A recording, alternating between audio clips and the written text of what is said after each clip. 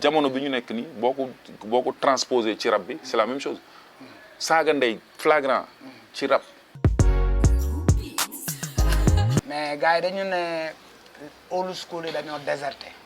parce que booy dañ leen a mbéj ñu daw. waaw yow loolu noo ko jàngatee. old school yi mënatuñu effectivement compétir. si lu négatif chaque fois dem siy jëm a jël lu positif am na benn bagarre bu amoon entre man ak waa Bat Blindé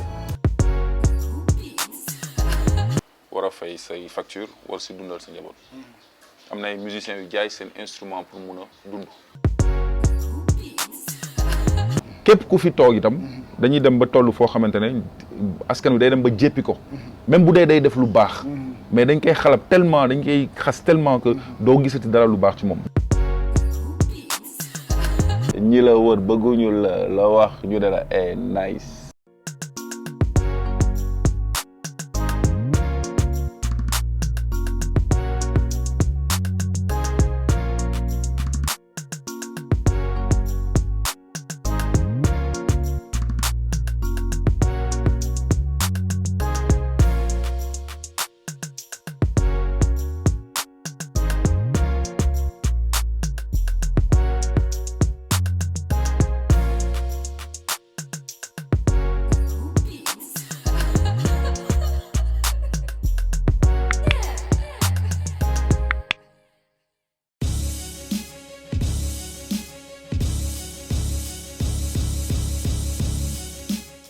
grand bëggoon naa la laaj rabu démb bi ngeen doon def ak rab bi booy di def léegi ban moo gën a rentable à l'international. à l'international ci côté sonorité li xew li booy di def léegi ak li ngeen daan def ban lañ am yaakaar ne moo gën a mën a dox à l'international. je pense que li booy def tey moo gën a dox parce que léegi dafa am uniformité ci rab bi ci rythmique léegi li ngay rythmique bi ngay tegoo tey fii Dakar Sénégal moom la booy même instrumental bi la booy bi di utiliser Bénin moom la ñuy utiliser Tokyo moom la ñuy utiliser Londres par exemple boo xoolee drill benn exemple rek laa leen mën a jox mooy wéredi bu waa Akatsuki ça fait le tour du monde ci benn espace de benn week-end adduna bi yëpp di coow ci ak di coow son boobu pour la bonne et simple raison que ni flow bi c'était carré intention bi c'était intention bi ni intention wu morceau bi maanaam intention wu ni mu tegoo c'était quelque chose de voilà amoon na dara quoi voilà en fait beatmaker bi aussi voilà c'est une révélation parce que kenn mosu woon dégg turam jékki-jékki c'est quelque chose boo xamante ne dina am su ma doon moom sax su ma doon ñoom damay jël instrumental bi sànni ko maye ko ci net bi ne gars yi jël leen ngeen ku nekk def sa remix su bopp parce que loolu moo koy yaatal ce n'est pas question 2021 bi ñu nekk nii nekkatul loo am rek teel ko pour sa bopp parce que de toute façon instrumental bi boo ko mayewul beneen booy dina ko jëlaat dugaat ci YouTube bi déglu son bi jëlaat Fruity Loops wala moo xam logiciel am tëggaat ko à l'identique posté ko maye ko donc instant bi di partage lañu nekk donc jamono bi ñu nekk nii li gën a rentable ñun à notre époque dañ doon dem à la conquête du monde amul woon internet pour nit ñi gis la pour nit ñi déglu sa musique il faut ñu gis la daanaka parce que benn RFI moo amoon boo amoon sa projet da nga koy yóbbu RFI da ngay ñafe ñaan yàlla Claudicia tegal la sa son bu ko tegee àdduna bi yëpp dégg ko wala Michael Souma you know mais bu doon jamono bi ñu nekk ni sa biir néeg ngay defee sa son àdduna bi yëpp jot si donc y a autre chose aussi mooy nan ngay fayee ko ci sa musique man je connais des beatmakers sénégalais yuy liggéey ak ay kaana je connais des beatmakers sénégalais yuy liggéey ak ay beatmakers ak ay artistes yu nekk bitim réew musuñu génn Sénégal ay Nigérians dañ leen di contacter ci net bi ñu leen di yónnee son ñu leen ñuy fayee ko comprendre nga. comme Is de Ghana France. Is am na disque d'or disque de platine. loolu c'est extraordinaire tu vois loolu c'est extraordinaire loolu c'est day may exemple day may fit sax booy yi di def musique parce que simplement il a compris que ni. booy mais parents yi nga xam ne seen doom yi dañ bëgg a dugg ci musique sax. parents yi daf leen di may fit parce que tamit bu fekkente ne loolu noonu non seulement da ngay am disque de platine mais da nga ci amaale xaalis. parce qu'au final loolu moo solo au final mooy na nga mun a faj say soxla waajur li si des yëpp à suivre la li nga ëpp solo mooy nga mun a faj dagg buumu gàcce yi nga xamante ne moom moo noot suñuy mbokk yi ak sunu nit ñi donc rentabilité bi je pense que musique wu léegi moom moo gën a rentable mi ngi mel ne nga jël kaawu làmb benn Double Less lu mu def comme kiraama wala lu mu mënti def si lu mu mënti def ci exploit ci làmb Balla Gaye 2 nga xamante ne en 5 combats 500 millions la signé. bokkul tu vois ce que je veux dire. Double Less peut-être que ni je dis pas que musul gagner 500 millions mais pour mu gagner 500 millions il a fallu peut-être mu def ay 100 wala ay 50 combats. c'est la même chose donc affaire bi day évoluer xaalis bi day gën a barke entre guillemets. benn artiste bu mel ne Dip par exemple bu signé benn contrat ak waa Free waa Tigo waa Pepsi ak téléphone yi wala benn Canabasse nga gis ko mu signé contrat ak ay Samsung ay Wave. Ça veut dire que gars yi ils ont compris qu'à un certain moment business bi dafa am yoon tu vois ce que je veux dire business bi dafa am loo xamante ne moom nga ko war a dafa am noo ko war a dawalee mooy amal fan base loolu mooy lépp parce que ku ñëw ci yow sponsor bu ñëw ci yow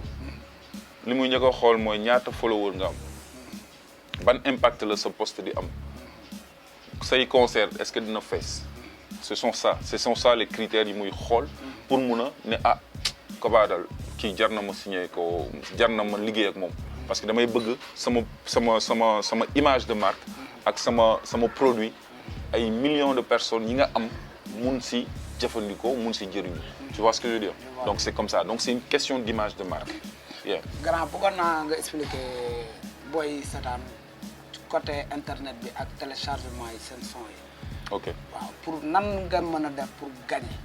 ci téléchargement yi ci YouTube ba ci yeneen application bon je pense que ni tey jii nii parce que ñu bëri ñëw ci musique bi xamuñu nu muy doxee boo xoolee avant da nga doon ok on va comparer le truc Talla Diagne mooy le premier distributeur bi nga xamante ne au Sénégal jël na artistes yëpp par exemple fay la cachet produire sa album boo paree léegi moom mu jaay album bi su jaay album bi récupérer xaalisam nga dem BSDA ñu fay la sa xaalis ok loolu moom mooy norme moo fi nekkoon maison de disque bi nekk France Angleterre États-Unis day ñëw gis benn artiste ñëw ne la ok damay lay signer production mooy maanaam dama lay dugal studio su ma la dugalee studio fayal studio bi fay lépp ñu signer contrat léegi si contrat bi supposons que ma dépensé par exemple 10 millions su ma dépensé 10 millions ma jox la avance 10 millions ma jox la 10 millions donc ça fait 20 millions léegi ma génnee album bi su fekkente ne album bi jaay na valeur u 20 millions il faut mu jaay 20 millions ba noppi maanaam li ma si dépensé ak li nga ci jot ci avance bu jaayee ba 20 millions ba 21 millions à partir de 21 millions si la ñuy door a mën ak yow xool nu ñuy defee pourcentage bi da ngeen si waxaale bu jubóo mais maison de disque du mës a ñàkk bu la joxee 10 millions xamal ne balaa ngaa lekk dërëm dina récupérer xaalisam ba noppi ba safe ba pare ngeen door a séddoo noonu la doon demee nga jógee foofu mu am li ñuy woowee éditeur bi moom mooy ki nga xam ne day jël sa morceau ne la ah man de li ngay def neex na ma trop léegi xam naa ne morceau bi am na ay film yu muy intéressé am na ay publicité yu muy intéressé kaay ma jaay sa morceau bi mais comme loolu la dama lay avance 15 millions mais morceau bi lépp lu mu jur si droit damay jël 50% nga jël 50% moom tamit noonu lay fonctionner donc kooku mooy non édition morceau moom yoonam new si moom da ngay pare jox ko son bi mu liggéey ci mooy jaaykatu comme kii ñëw nga sa yëre man maa koy jaay léegi su ma ko jaayee man maa la koy jaayal su ma la ko jaayalee ba noppi képp ku bëgg yëre bi su ko jëndee mën naa si jël sama pourcentage donc éditeur mu nekkaat beneen liggéey donc da nga doon am producteur bi da nga doon am édition à part am production à part donc foofu noonu la industrie bi doon liggéey bu loolu weesu nga am tourneur ki nga xamante ne liggéey moom moo lay wutal ay spectacle donc c'était des métiers qui étaient bien définis da ngay am manager am tour manager koo xamante ne booy voyager sa manager même bu demul sax kooku moom mooy dem salle yi mooy signer contrat yi mooy jël avance yi mooy jël lépp moom moo lay accompagner mooy tour manager léegi loolu yëpp métiers yooyu yëpp am na ba léegi ah am na yenn maison de disque ay BMG ay Sony ay Instagram ay Universal mi ngi am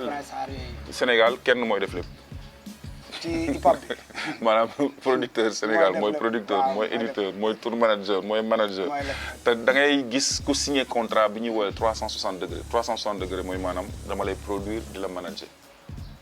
un problème su dee man dama lay produire dama nga war a am manager pour manager bi ñëw xool ndax contrat bi c'est à son avantage ou pas mais su fekkee man maa lay produire de la manager loolooy 360 degrés. loolu yow soo ci am problème ak benn produit. non mais je veux dire c'est le cas par exemple de yenn artistes yi signé woon par exemple à Prince Art par exemple.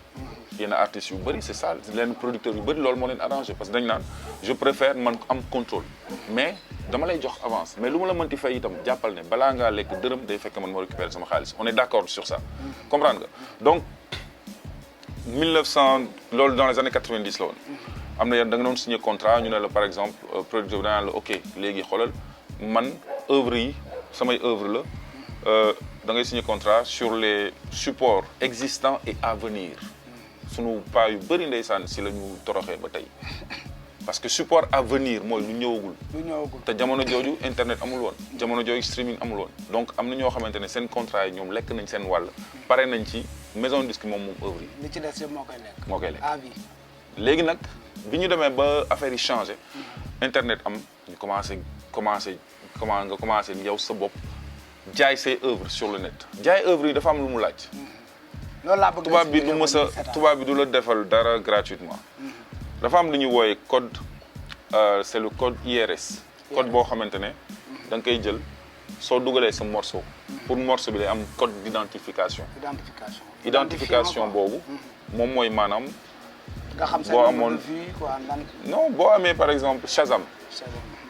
boo dóoree Shazam nga tóor benn son buy jàll rajo wala buy jàll télé boo bësee Shazam nga tegal ko kii bi bu Shazam dégloo son bi bu fekkente ne son bi c'est un son qui existe bu dee c'est un son boo xamante ne am na code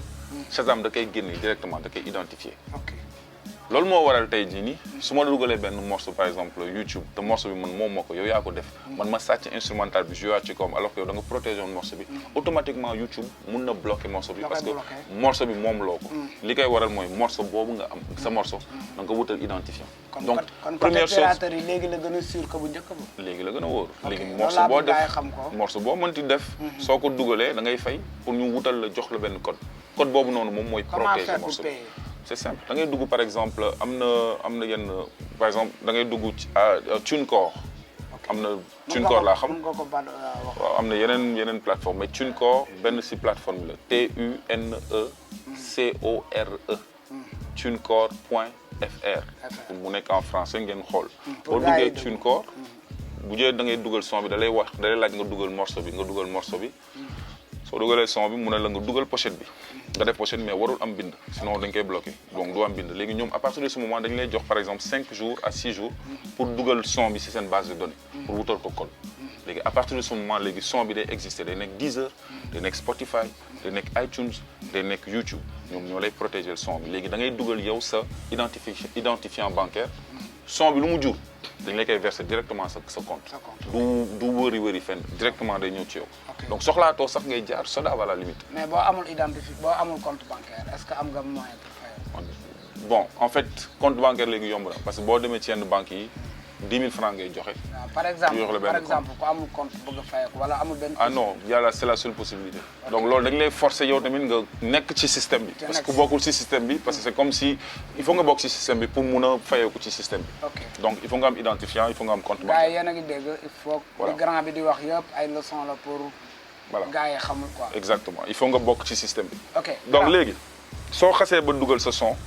boo xasee ba am identifiant bi automatiquement da koy enregistrer da lay jox benn code boobu léegi yow ça veut dire que son bi boo ko joué ci Shazam ci àdduna bi yëpp foo ko mënti joué fu ñu tegee son parce que yenn saa yi di nga romb rajo benn son di daw nga ne son bi naa de xaaral ma xool kii kan la boo bësee Shazam automatiquement bu dente ne son bi ça existe c'est dans le répertoire mondial da lay yónnee benn notification comme quoi le son kii moo ko woy fii la génnee et cetera soo buggee jënd son bi fi nga toll sa téléphone mun nga appuyer directement dem iTunes bu dee foofu la nekk nga fay nga jënd son bi te buñ ko jëndee iTunes da lay verser yow sa code part donc foofu ngay def pour mun a c'est pas y a pas que foofu tamit y a Audiomack temps yi commencé nañ tamit di fay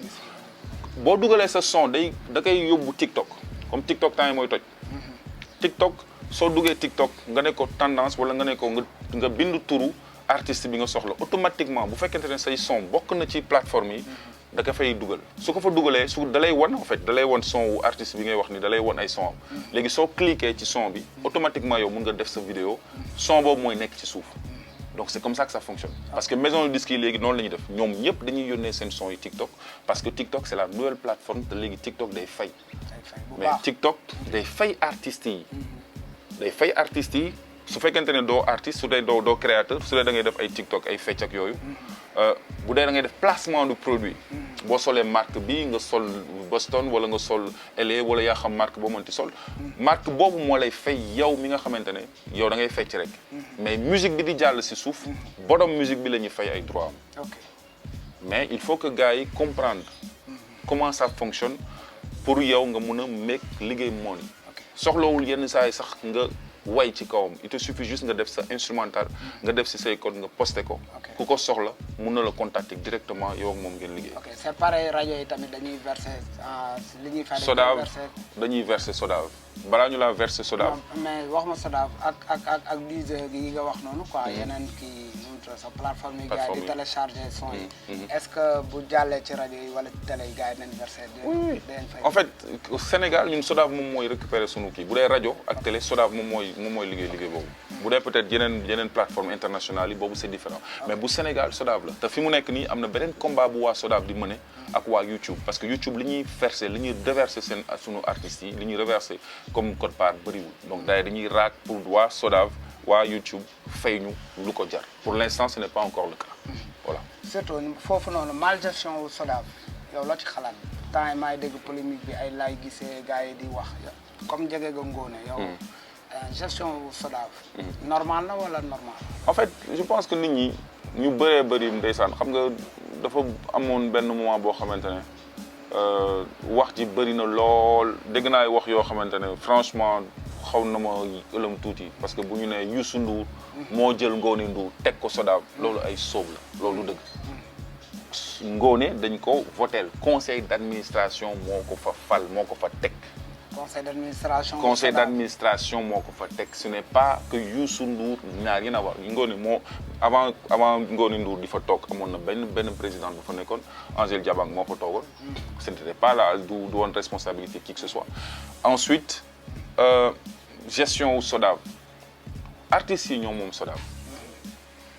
conseil d'administration wu SODAV mais doon dégg que gars yi dañu jël beneen logement nañu génne preuve à Sacré-Cœur tout ça nañu génne preuve yi loo wax on est en 2021 lépp looy wax te amoo ay preuve mën nañu la si tëj kaso pour diffamation mais gestion BSD ak gestion SODAV ban moo tànn tu sais je vais revenir si benn affaire bu ndaw parce que bu ma doon dégg non ñaari bokkuñu effectivement am na lu ndaw lu gars yi doon wax comme par exemple tey man ma gëj a génne album depuis 10 ans wala depuis 7 ans bëgg a fayeeku dama fayeeku même chose ni que boy bi def chaque semaine mu génne ay single di ko déclarer nañ waxante dëgg instant bi ne li ñuy raak li ñuy xeex moom mooy mun a am par exemple li ñuy woowe les droits voisins xam nga copie privée loolu la ñuy xeex parce que droit voisin mooy la ok tey jii nii par exemple bu fekkente ne man maa ngi def musique maa ngi lay woo yow en tant que Kopa nga ñëw par exemple defal ma jouer ma par exemple benn instrument ci sama morceau en principe fay naa la ba pare parce que bis bi ngay ñëw di enregistrer fay naa la sa cachet dem nga sa yoon bu dee instrumentiste nga mais en principe yow mi nga xamante ne yow da nga am loo apporter ci œuvre bi même bu fekkente ne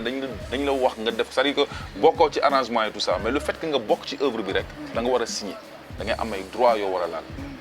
ça c'est quelque chose ñu avancé jóge ci foofu ñëw par exemple ci les œuvres yi nga c'est les nouveaux formats enfin fi ngay dégloo musique léegi bu njëkkoon yaa ngi doon dégloo musique ci rajo ci télé ci Walkman CD ci cassette et cetera mais léegi jamono bi ñu nekk ni sa téléphone ngay dégloo musique téléphone bi ngay dégloo musique dafa am ay droits yoo xamante ne ay dañu war a fay douane par exemple bu dee téléphone mi ngi jar 100 000 dañ ko jaay 101 000 francs 1 000 francs boobu dañ ko war a jël jox ko waa SODAV ñu boole ko ci benn caisse boo xam ne dañ ko war a distribuer artistes yëpp donc fi mu ne équitablement parce que boo xoolee Burkina Faso bi ñu seen droit d'auteur ñoom ils étaient à je sais pas 1 milliard ou un truc comme ça droit voisin yooyu ça a été perçu à 10 milliards. mais équitablement nga wax. équitablement. du par catégorie. non c'est pas par par catégorie. exemple justement loolu nekkoon na coow ku doog am maquette. nekkoon na coow mais justement kii ëpp lu muy produire non kii ëpp lu muy produire. bu fekkente ne yow yaa ëpp li ngay produire. soo demee réclamer lu ëpp lu bëri war nañ la ko nangul. war nañ la ko nangul. ci yoon mais je pense que c'est je sais pas. par catégorie équitablement bi mooy maanaam. proportionnellement. au nombre aux œuvres que tu produis c'est tout à fait légitime. ok tey jii nii bu fekkente ne benn album nga génne. bul yaakaar ñu fay la autant bi ñuy fay benn Youssou Ndour wala benn Wally Seck wala benn n'importe qui a sorti ay 10-15 albums. mais je pense que d'abord ñàkk information bi nul n'est censé ignorer la loi noonu la ñu wax. boo nekkee artiste yow xamoo say droit problème bi du droit bi de yow yaa am problème. parce que droit yi ñëpp la fi nekkal. droit des artistes ñëpp la fi nekkal. boo demee di jouer concert nga bëgg ñu fay la te yóbbuwuloo ay fiches jaunes yiy déclaré fi ngay déclaré sans ñu fa jouer ça veut dire que yow yaa am problème bu ñu la fayul bul ne SODAV liggéeyul. boo génnee single bi di jàll ci rajo yi te balaa moo jàll ci rajo yi demoo SODAV pour déclarer suñ la fayul bul kaas donc je pense que loolu noonu effort boobu artistes yi ñoo ko war a def. SODAV am nañu site internet. SODAV ville lañ nekk bu dee am na lu la jaaxal déplacé wul nga ñëw ba foofu agent yaa nga fa te ku leen poser question ñu wuy la wax dëgg yàlla donc faut pas qu'il nañu bàyyi information erronée bi ñuy jàllale si rajo yi si télé yi naan kii Youssou Ndour moo fi teg góot c'est des histoires c'est pas vrai la preuve war na amaat fan yi sax beneen élection pour ku bëgg a nekk directeur général SODAV na ñëw postuler y a aucun problème. incha allah jërëjëf grand question bu ma ñor la ma bëgg la ko laaj. par exemple artistes yi nga xamante ne dañuy feebar comme par exemple ay néew bi ay sunu papa El Hadj Ndiaye ki nekkoon ginnaaw Thiaroye. yaa ngi dégg récemment rek feebar. ban appel ngay lancé ministère de la santé ak gouvernement bi ak waa SODAV pour ñu organiser wu. pour artiste bu feebaree. ñu bañ ko di ñaanal wala di ko ketal.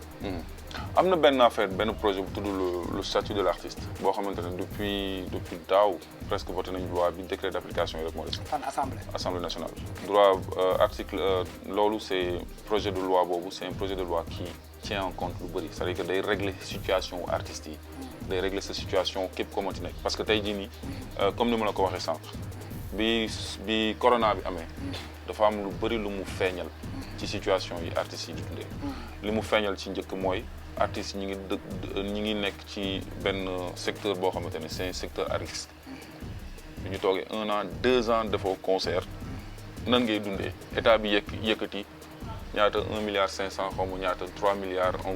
si ñaari kii yëpp je crois ils ont 2,5 milliards après ñu def 1,5 milliard donc 5 milliards en tout et pour pendant 2 ans. 96 000 yooyu noonu. dernière exactement répartition léegi yow yaa ngi laal 96 000. ci koo xamante ne toog nga 1 an liggéeyoo. war a fay say facture war si dundal sa njaboot. am na ay musiciens yu jaay seen instrument pour mun a dund. bëri na donc statut de l'artiste am na ñu génne am na effectivement kon li nga wax ci artistes yi feebar ñi feebar te yëgoo ko ñoo ëpp ñi feebar te ñu yëg ko. tu vois ce que je veux dire donc ket bi ngay wax noonu li koy mën a lijjanti encore une fois mooy le statut de l'artiste. le statut de l'artiste boobu noonu moom mooy mën a tax ba tey jii nii man su ma nekkee artiste am naa possibilité ma dem banque laaj pour ñu jox ma benn ñu lebal ma xaalis bu ñu ma lebalee xaalis dinaa ci mën a fay maanaam au bout de dinaa ko mën a fay ak ay taux préférentiels comme tey jii nii benn kuy liggéey ci benn entreprise normale di fayeeku fin du mois di am ay prêts. artiste bi nañ ko mën a def buñ feebaree benn partie bi état bi fay ko. non parce que y a la couverture maladie universelle qui existe. une couverture maladie universelle comme ni ma la ko waxee artistes yu bëri sax xamuñu nu muy demee. tey jii nii couverture maladie universelle bi moom mooy. artistes yi tey jii nii da nga war a signer da nga war a cotiser. cotisation boobu noonu moom mooy tax ba léegi képp ku feebar. am na yenn convention yu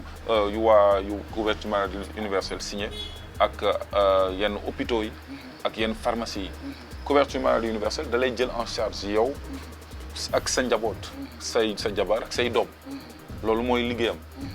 fépp foo mënti dem ci yoon. soo présenté sa carte comme tey jii nii waa yenn assureurs yi ni ñuy jëlee en charge yenn entreprises yi artistes yi c'est exactement le même système dañu la war a jël en charge tu vois ce que je veux dire bu loolu weesoo pour ñu ko xamal ñoo xam comme gars yi bu loolu weesoo kër location diis na métti na ci ñu bëri justement tey jii nii yaa ngi dégg ñuy wax ay affaire 100 000 logements mais est-ce que c'est artistes yi fan la seen kan moo leen di kaasal pour ñoom itam ñu mën a am ci 100 000 logements yooyu loolu tamit day nekkaat beneen problème alors que bu fekkonte ne justement réglé woon nañu problème bii nii moom lay wax nii mooy maanaam problème statut de l'artiste des artistes comme si t'es enseignant ni mu amee pourquoi mais justement loolu yëpp c'est des choses yoo xamante ne artistes yi foog ñu booloo seen biir même bu fekkente ne booloo bi ce n'est pas évident mais il faut que ñu gis ne artistes yi taxaw nañ dem bu fekkente ne dafa am yenn situation yu taxaw artistes nañ mun a kaas loolu xewoon daaw ba ngay dégg ñu ne par exemple yenn association dañoo taxaw ñu yëkkati par exemple ay 100 millions wala ay 80 millions jox leen ko pour ñu distribuer ko seen membre am na ay problèmes yu mu causé problème yu nga ni la fi indi am ñoo xamante ne gisuñu seen bopp ci loolu am na ñoo xamante ne laaluñu si xaalis bi am ñoo xamante ne pour ñoom ñii dañ leen jox xaalis ñu lekk ko alors que ñoom lañ ko waroon sédd y a plein de problèmes yu si am mais xam nga loo xamante ne nekkoo ci biir mënoo ci wax n'est-ce pas mais je pense que problème boobu artistes yi nga xamante ne ils se sentent lésés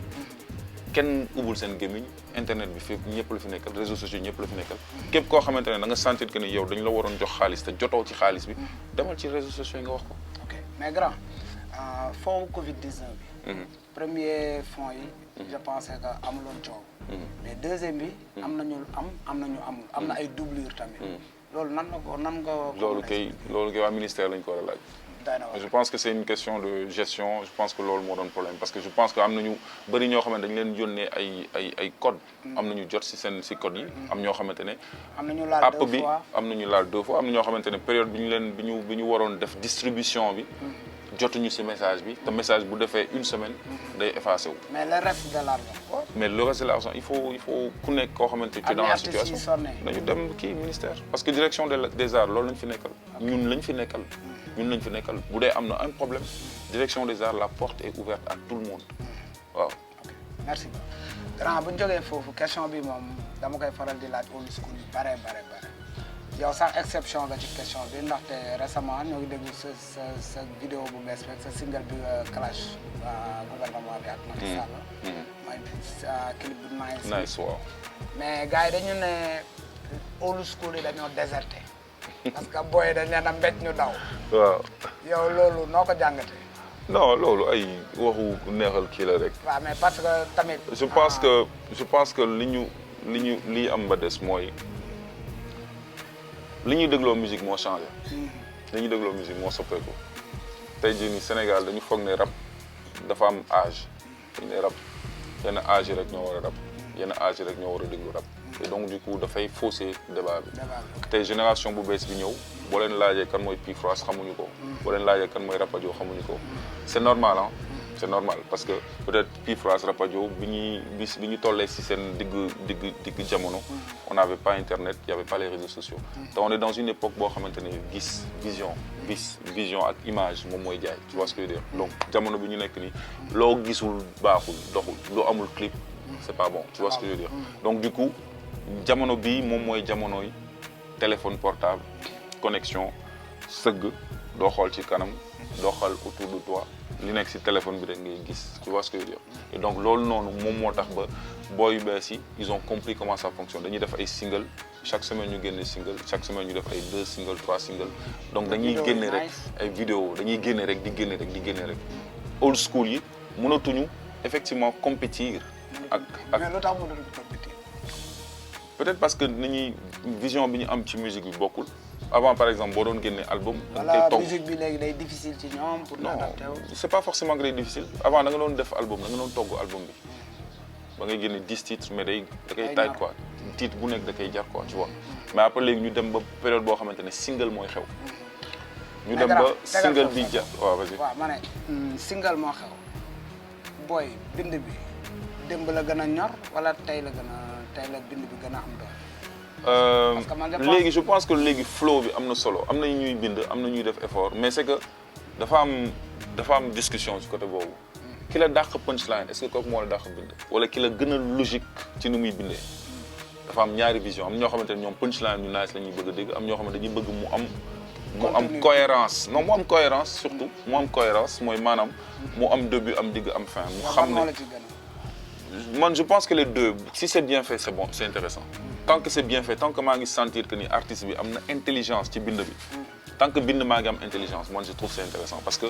créativité la ñu wax c'est-à-dire que tey jii nii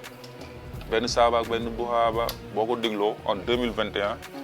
ngay xam ne ah gars yi ils ont écrit waaw bu dara dul dara sax histoire bi ba tey jii nii am na contenu am na contenance am na tamit loo xamante ne da nga koy déglu da lay je dis j'aime pas utiliser le mot yee wala yedd mais gars yi ko bind ils ont pris la peine d'écrire nga dem ba déglu ay son yu mel ne ay Potolamp ay Dip nga ne ok booy bi bind na parce que am na sincérité ci li muy wax nga dem bay déglu ay booy yu mel ne ay Karbala par exemple lettre majuscule kii caractère majuscule je crois lettre majuscule wala caractère majuscule xamatuma ba déglu loolu nga ne ok nga déglu Hakil nga déglu li xewoon ci événement 8 mars bi ba rappeurs yëpp wàcc commencé def ay textes di clash di wax ci nguur gi ça veut dire que rappeurs yi xam nañu li xew ci dëkk bi ñoom ñoo choisiral seen bopp bañ cee wax parce que pour ñoom rap il faut mu am ego trip ak clash pour ñoom loolu mooy rap parce que États-Unis loolu moo fa xew France loolu moo fa xew donc tamit fii looloo fi xew public bi sax boo waxee ah temps yi seen rap bi neexul quoi temps amul clash public bi si boppam léegi dañuy dem ba dugg ci jeu boobu xam nga la moo waral loolu réseaux sociaux yi dafa bokk ci lii indi loolu tey réseaux sociaux yi dafa jox ku nekk pouvoiru wax pouvoiru exprimer wu pouvoiru taxaw saaga ndey léegi dafa yomb saaga ndey dafa jafe yoon avant nga doon boo doon dégg saaga ndey bu ñu seetaanee gelwaar bi ilimaan daggeeñ ilimaan saaga na mais léegi saaga ndey c'est normal boo toogee si réseaux sociaux yi benn Adamo bu taxawee di saaga ñi di déglu di nangam taan leen seen ndey ñëw connecté wu nit ñi di kontaan nit ñi di bégee quoi di kontaan di connecté wu parce que waa ji mi ngi saaga seen ndey et ñu dem ba loolu normal naturel tey jii nii sextape du dara xam nga yaa ngi gis benn sextape benn jigéen buy wane awraam ce n'est plus un problème et je pense que foofu lañ toll donc c'est-à-dire que il faut pas que ñu tamit ñu naan non que rap bi waaye rap bi affaire da leen dépassé non il faut que nga jël loolu dugal ko ci contexte bi ñu nekk soo ko dugalee ci contexte bi ñu nekk da ngay jub tey jii nii tant que saagaw ma tey tant que waxuma ay wax yu grave tant que waxuma ay affaire yoo xamante ne da lay dépassé doo ma teg sa télé doo ma teg sa doo ma snap les gars yi snap moo xew c'est-à-dire que snap bi mooy lan man daaw bi ma gisee le motif mooy kii lipi lam faya le motif bi gars yi defoon xam nga si kii waaye nu ñu koy wax cité mixta bi ma gisee nit ñi di ko def challenge laa ne oh ok kon fii lañ toll quoi est-ce que comprendre parce que dañu nekk si période boo xam si jamono boo xamante ne lépp dañ koy def à la légère amul lenn lu ñuy jël au sérieux bi ma gisee nit ku dem ci dëj di snap laa ne ok foofu lañ toll astuma la nit day nekk si cabinet bi sax di snap parce que foofu lañ toll c'est-à-dire que on est dans une époque boo xamante ne dara nekkatul lu sérieux on prend tout à la légère et jamono bi ñu nekk nii boo ko transposé ci rap bi c'est la même chose saaga ndey flagrant ci rap mais ñun sañuñu ko woon da nga ko doon censuré saale suuf saale yooyu censuré ko pour ne pas que ñu xam nga gars yi am lu ñu wax n'est-ce pas ñun bi ñuy def ku xamul xar fa xarsa on n'osait même pas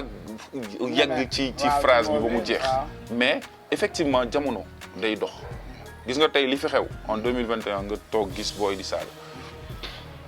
des na quelque temps di nga gis par exemple mu am ay clip yoo xamante ne xale yi ak dañuy def yaramu neen def leen ne xam nga boo xoolee par exemple waa Jamra ak waa ànd sàmm jikko yi amoon nañu ay plainte ñu defoon ay yenn rappeurs yi bëgg ay censurer seen yenn clip yi n'est-ce pas mais dinañ am fu ñu toll foo xamante ne clip bi day jàll ci internet bi te kenn du ko mën a censurer parce que yow yaay choisir fi ngay dem bu ñu demee ba ay sites yu toll yu mel ne ay ciné porno di am au Sénégal ay gaayen bi di am Kocc Barma di bind ay di menacer ay nit ne soo leen demul camp pénal def fa ay doom damay poster seen vidéo parce que foofu lañ toll je veux dire moo tax faut pas que ñu dindi rap bi old school yeeg faut pas que ñu dindi leen ci contexte général bi jamono bi ñu nekk nii loolu yëpp ñooy àndandoo da ngay ànd ak moom di dox ak moom tey jii nii boo doon ñibbi léegi nga gisoon benn accident li ngay njëkk a def mooy photo ko snappé ko wane ko si réseaux sociaux yi. mais grand en tant que personnalité biir Sénégal en tant que porteur de voix en tant que tamit père de famille. yow ban message ngay wax parents yi ak nouvelle génération bii di ñëw. ci côté internet bi côté négatif ban message nga leen li may wax rek mooy. parents yi foog ñu jàngi. mooy lan mooy centre d'intérêt il faut nga xam centre d'intérêt parce que tamit munoo tere xale yi ñu bañ a connecté munoo leen tere tamit mais yow sa bopp yow mi nekk papa wala yow mi nekk yaay da nga war a xam comment ça fonctionne comprendre nga xale bi dina nekk ci mais gis nañ fi ay xale peut-être Sénégal on n'est pas encore arrivé à ce stade am na ay nit ñoo xamante ne dañoo xaru si États-Unis wala yeneen dëkk yi parce que seen école dañ leen di def li ñuy woowee cyberbully c'est-à-dire que dañ leen di harcèlement ci réseaux sociaux yi di leen di wane seen photo di leen saaga di leen ba xale yu ndaw teel a éclaté tu vois ce que je veux dire donc je pense qu'il est important que pour yow pour man pour ñi di ñëw ñi di seetaan ñu xam danger yi nekk ci réseaux sociaux yi ñu fexe tamit comprendre nan lay doxee parce que du loo xamante ne dañ siy wax nii rek mu jeex maa ngi dégg président bi naan dañuy jéem a xool nan la ñuy réguler les réseaux sociaux comment tu vas faire pour réguler les réseaux sociaux noo koy def c'est-à-dire que tant que dina am ay loi dina am ay daan dina am ay nit ñuy tëj kaso parce que dañu am ay propos yu ñu jàllale c'est vrai mais loolu kese doyul tey réseaux sociaux yi site internet yi am na yu bëri lu gën a ñaaw ci réseaux sociaux yi li gën a ñaaw ci wax yi la ñuy jàllale da ngay gis ay vocaux tu as vu da ngay gis kenn ku jël ay mémo ay nit ñuy wax conversation privée di si wax yenn ñu jël ko def ko à la une pour jaay et c'est comme ça c'est-à-dire que man maay choisir est-ce que man damay déglu lii wala du ma ko déglu ok grand bu ñu jógee foofu dama bëgg ñu ñëw ci yow Gunman Xuman gis nañ ne yaa ngi teg benn structure benn studio benn label bu mag te bu ñu xoolee ci ginnaaw jotoon ngaa produire benn waykat te dëkkoon Mauritanie Sipi lan la ñuy xaar ci structure bi est-ce que yaa ngi préparé yeneen production ak yeneen artistes yu bees Crew Manji Mori je sais pas ndax c'est sûr que xam ngeen ay morceaux peut-être que tour bi ngeen dul jàpp bu baax Crew Manji Mori am na ay son yu bëri yu Adiouza di def yi Safari Mabo Queen Bees OMG ñu bëri jot na leen a bindal ay morceaux tu vois ce que je veux dire Crew Manji Mori si label bi la bokk Myriam jot nañoo def tamit ay production def nañoo def benn ay single album moom tamit mi ngi waaj a ñëw jot nañoo liggéey ak oui bien sûr mais à vrai dire ce qui se passe c'est que li ñuy gën a def mooy dañuy jàppale ñu bëri am na ñu bëri ñu ñëw si studio bi si label bi ñu leen di jàppale sans pour autant ñu fësal ko parce que xam nañ ne sunu rôle en tant que nga am benn studio am ay artistes comme par exemple da ngay xam problème gars yi benn artiste bu mel ne Zoom on the beat am na ay sons yu bëri yu mu produire notamment moo def sound Ngaaka Blindé bi King Baba par exemple c'est quelqu'un boo xamante ne il est très sollicité comprendre waaw si studio bi la nekk donc grosso modo mën nañu xam loolu la bëgg a ñëw ci studio bi ci boy yi seetaan ban numéro lañ mën a waaw 33 827 67 867 27 69 833 867 27 69 ok gars yi numéro studio Xuman Ba yi exactement ku bëgg a bit yu nice comme Ngaaka Blindé bi bu gisee bu wootee numéro boobu mën naa ñëw fii absolument mais grand projet Gunman Xuman pour prochain album kañ lañ ko mën a xaar maa ngi enregistré parce que c'est vrai que gëjoon nañu def li nga ma doon laaj ci affaire journal rap bi tax moo yokk a tax projet wu album bi jël temps parce que comme bi ñu commencé def projet bi day jël day guux sa temps de telle sorte que ni doo mun a projeté wu parce que liggéey la album liggéey la parce que encore une fois comme je t'ai dit sa album dafa am respect bi nga mujjee génne ba léegi gars yi dañ koy déglu voilà moo tax il faut que nga préparé wu nga def loo xamante ne dina ànd ak jamono dina ànd ak tamit sa maturité jéemuma conquérir public bu bees je pense que képp ku bëgg artiste bi di nga nangu sa artiste évoluer mais boo dajeeg ni mun naa la non yow sa ancien album yi ñoo dàq kooku respecté wu la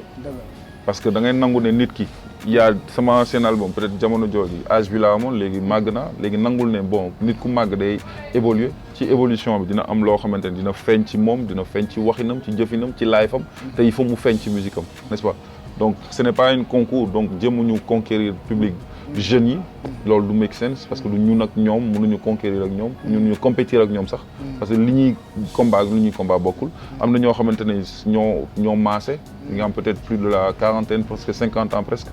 dañ ñuy laaj chaque fois mais foo leen di jouer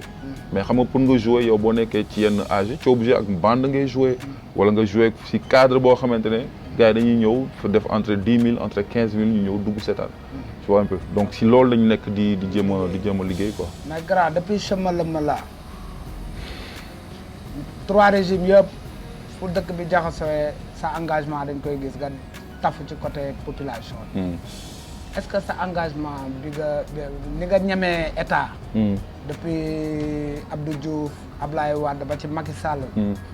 gouvernement bu ñëw dañuy gis gën man xumaana gi ci kawam. di ko dal est-ce que du la indil ay gàllankoor ci say démarches administratives ci yenn lijjanti yi. pas forcément si démarche administrative yi mais dina bloquer lu bëri parce que effectivement am na ñooy seet yi boo leen ñëwee seet si dañu ne ah booy yéen da ngeen ñuy attaqué rek. te man mosuma la déglu ci benn mouvement politique bu ma la dégg. non loolu du sunu cër sax. ku fi mënti nekk itam man comme li may wax rek. politicien la. ak ku mu mënti doon politicien politique lay def. mosuma lay déglu liggéey ànd ak benn politicien. non du ma ko def. su ku may ñi may supporter. lu tax loolu. du opposant du pouvoir. non je pense que dafa mission du ma ne population moo ma sas loolu man maa ko sas sama bopp. dañu ne par exemple tey dama ne tey ki di def politique. kuy yor du sëqat. ku nekk ci opposition bi discours bi mu am ak bu nekkee ci nguur gi. en général du bokk. Ablaye Wade def na 27 ans d'opposition. kenn yaakaarul woon ne bés dina ñëw ngay dingat Ablaye Wade ne Ablaye na fi jóge pourtant Wade dégage dégg nañ ko fi n'est-ce pas. Abdou Diouf pareil bon on l'a connu bi ñu dañoo màgg juddu fekk ko Abdou Diouf nekk président peut-être n'est-ce pas. mais Wade moom mooy le premier bi nga xamante ne moom moo ñu yar politiquement nga jóge foofu. Macky Sall. bi Macky Sall di nekk président ñu bëri da leen bett. mais moment boobu comme je dis souvent. sénégalais wax ci moo laay bañ a dégg. sénégalais mënul fal sénégalais day folli. te Macky Sall dañ ko Wade dañ ko folli. moo fi sës boobu mooy danger bi nag. te li may ragal chaque fois même moment bi ñu nekk nii encore. loolu ngay gisaat. muy ñëw nga naan moo fi sës léegi moo fi sës moom mooy maanaam. waa ji da lay signer les accords day signer kii accord kii national assises nationales yi. day signer loo leen bëgg 2 mandats ñaata 5 ans signer. loo leen bëgg bu ñu kiyee ku toog au bout de kii amul droit def 2 mandats successifs ma signé loo leen bëgg président mënul nekk chef de parti ma signé loo leen bëgg président mënul ministre mënul cumul de fonction ma signé da lay signé lépp li nga bëgg ba nga voteel ko boo ko votelee léegi mu toog ne ah man day wax dëgg yàlla signé naa bëggoon naa def 2 mandats waaye dafa mel ne constitution bi nee na ma daal man day sama mandat 7 ans bi mënuma ko wàññi 5 ans laay mën a toog donc ngeen jégal ma rek mais il faut mu toog 7 ans gëmoo leen ma nañ def référendum ñu def référendum saa yi xolal ñu am oui parce que boo xasee ba toog ci nguur gi oustaz boo xasee ba toog ba dëju fa nit ñi dañuy toog ne champion jàmbaar foog ñu wax ak yow nag gis nga sa waxu opposant yooyu wax yooyu ngay bàyyi fii boo toogee da ngay toog parce que dañ laa fal pour 7 ans dañ laa lii constitution bi et cetera donc du coup képp ku fi toog itam dañuy dem ba toll foo xamante ne askan wi day dem ba jéppi ko même bu dee day def lu baax mais dañ koy xalab tellement dañ koy xas tellement que doo gisati dara lu baax ci moom donc du coup lan ngay def li xewoon ci 8 mars bi c'est la première fois ñu maa ngi profité du passage de passage pour jaale ñëpp ñi nga xamante ne ñàkk nañ ci seen bakkan wax dëgg yàlla metti nañu suñuy rak suñuy doom ñoom ñoo dem ci tali bi di xeex ci loo xamante ne après lan la jur est-ce que li ñi dee est-ce que dina changer dara ci dëkk bi wala déet kenn xamul donc poste bi ñu am nii moo waral képp ku fi mënti toog ñi ngi lay ñaanal na nga accomplir sa mission waaye ñun tamit population dafa am mission bu ñu dénk mooy maanaam bu doxul wax leen ak ñi fi toog wax leen ak ñoom parce que yéen la ñu dénk sunu bopp c'est-à-dire que tey amuma benn ni ñu koy wax sax awma poste assemblée nationale awma poste député awma poste fenn xam nga mais bu fekkente ne am na loo xamante ne jaaduwul dama gis ne lii peut-être président bi day déglu rap de da doon déglu rap parce que boo dégloo si benn report benn interview waxoon na ne moom da doon déglu ay PBS ay P-Froiss ay xam nga affaire demee noonu donc yow yaa ngi déglu non benn kii sax interview ak Alassane Samba Diop sax mos na wax loolu. mais kooku bëri bagage da doon fréquenté tu as compris donc ça veut dire que xam na ne rappeurs yi dañuy wax xam na ne rappeurs yi duñ ko may dara n'est-ce pas mais bu xasee ba toog day am yeneen préoccupation yoo xamante ne moom mooy jiitu kon li ngeen di wax yëpp saa yi du si bàyyi xel. grand nga baal ma sa position instant yii ci ban politicien nga am yaakaar yow ci ay promesse am na discours yoo xamante ne c'est des discours qui sont des discours engageants mooy par exemple boo dégloo bëgg bañ Ousmane Sonko. il est venu avec un discours différent. su ma dégloo Khalifa Sall. discours am ça me parle beaucoup. su ma dégloo Cheikh Bamba Dièye. discours am ça me parle beaucoup. donc je pense que politiciens yooyu ñoom ñooy ñi nga xamante ne am nañu benn discours. wala am nañu loo xamante ne waaw. parce que dal na correspondre na bokk ànd na ak bokk ak sama gis-gisu Sénégal donc waaw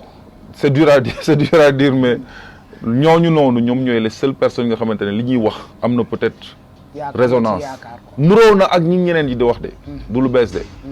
li ñuy wax beesul de mais wute na sa tàngaay bi doo ko wàññi non beesul loolu mooy maanaam kuy yot du wax waaw exactly te ku bëgg dara da ngay naxante exactly lan nga dund ci sa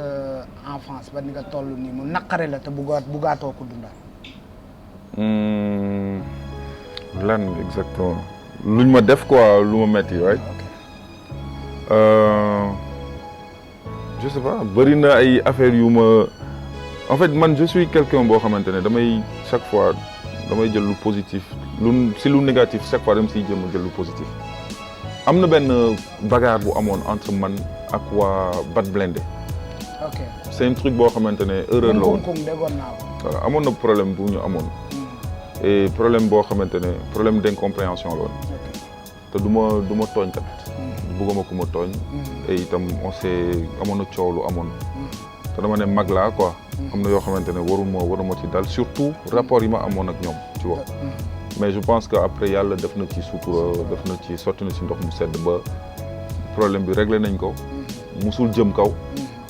et je pense que loolu bokk na si li ma gën a naqari sama carrière parce que musuñu ma xam ci yenn coow yi mais tey yàlla def na on a retravaillé ensemble ci yeneen projet yoo xamante ne ba tey jii ñu job mais il fallait que loolu am peut-être pour tamit mu naay salaat diggante bi tu vois je pense que c'est la seule chose bu ma mës a dund ma regretté ko pas man personnellement mais pour regard ak bët voilà ak bët yi ma ak nit ñi respect bi ñu la jox voilà exactly loolu coow loolu bugguma woon bon arrivé na mais voilà dañ ko dund dañ ko gérer et puis je me dis que su naroon amaat sax beneen si yeneen fànn du demee noonu quoi. jërëjëf grand. yëpp ñoo ngi lay sant di la gërëm. jaajëf waaw yow moom mënuñu la fay parce que ñoo ngi doog a commencé émission bi. teewul wane nga sa oyof. absolument wane nga sa disponibilité ba ñëw jàpp ci. non yow yaa tax ma def parce que yow rapport yi ñu am man ak yow. moo tax man sa war a def émission parce que xam naa ne bu ñu defee émission bi. di nga laajte ay questions yu ma nit ñi du poser di nga am nga assez de maturité pour mun a diriger émission bi et je pense que li nit ñi di wax amul y a pas de mauvais interviewés y a de mauvais intervieweurs yow miy def émission bi yow yaa mun a jox émission bi benn direction yaa koy mun a yóbbu fenn yaay mun a tax ba kii seetaan am envie seetaan yaay mun a def mettre à l'aise ki ngay waxtaanal ba mu mun la wax yenn affaire yi et je pense que je vous encourage beaucoup parce que gis naa ne vous êtes assez professionnel dans votre démarche et j'espère que di ngeen def émission yu bëri say soutien moral inchallah non t'inquiète loo leen soxla inchallah suñ si mënee jàpp on va le faire avec grand plaisir loolu moom bu leen si am dara loolu bu leen si am xaar ma yàlla inchallah waaw pare leen xaar yenn am na affaire yu ñuy waajal am na affaire yu ay freestyle xaw duggaat ci game bi comme on dit am na affaire yu ñuy waajal ay artistes yu ñuy liggéeyal tamit ñoo xamante ni sont très talentueux et waaw man je pense que loolu moo solo mooy ku nekk defal li ngay def te fais le maximum pour bien le faire am ngeen mission képp kuy def musique képp koo xamante ne ci game bi ci mouvement bi la bokk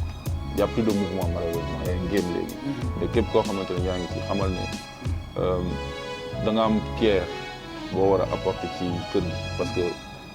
rappeurs yu old school yi def nañ seen wàll liggéey nañu def nañu seen apporter nañ seen contribution ubbi nañ yoon bi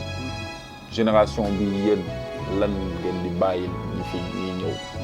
qu'est-ce que vous avez à laisser à la future génération loolu moom mooy seen mission ñun def nañu ba tey jii ni benn président de la république buy wax même bu dee ci opposition bi la nekkoon tey jii ni fexe nañu ba mu dem recevoir ay rappeurs ci biir palais bi pour laaj leen seen avis ci dëkk bi nu muy doxee yéen tamit góorgóorlu leen ba yàlla ba am yéen tamit doole boo xamante ne suba ginnaaw suba dinañ leen compter dinañ bind ci livre histoire ne hip hop sénégalais génération 2000 2010 2020 yi léeg-léeg lii lañ fi jot a bàyyi. jërëjëf defe naa ñun ñëpp a ko déggandoo message bu fort bi nga xamante ne grand bi jox na ko génération bi nga xamante ne moo ngi ñëw du njëriñam seen njëriñ la yaakaar naa ne ñun ñëpp a ko déggandoo yéen a ngi woon ci Kaba Film ci seen émission Cultures Unies. jaajëf ñu doxandu visiter. yes sir grand bi. absolument jaajëf. yeah dama ne Sénégal scandale du fi gan Sénégal scandale du fi gëj fal la yaakaar na yaa fi gën bi nga toogee ba léegi de ñi ngi daj ces politiciens alimentaires ñoo raw cas communautaire ancien pauvre léegi li duuf ci nag ba ngi ci loxo APR yaag ñi fi nekkoon ki ci tànne c'est àndandoo noo leen di tànne di xëccoo place ak di buuxante bàyyi askan wi ci tumuranke di xasante defante gën a ràññeeku ci warante si jikko la njiit yi du sutante soo leen seetaane léegi ñu noqante mais président xanaa doon ne dégguloo sa kilifa parti de kee xuloo yaa xam Farba ak sa pistolero seen melokaando jarul a tiitaroo wala daa am lu ñu geetaroo fu ñu la téye ba tax te yëngatuwoo lu raw lu dàq Karim tëj lu xaaf la ñuy def nga gis ko te waxuloo yat bi daloon Wade moo la nara dal bés bi nga watee jubba ji la fal réew mi daal ay patriote lay yara dal ñi la wër bëgguñu la wax ñu ne la nice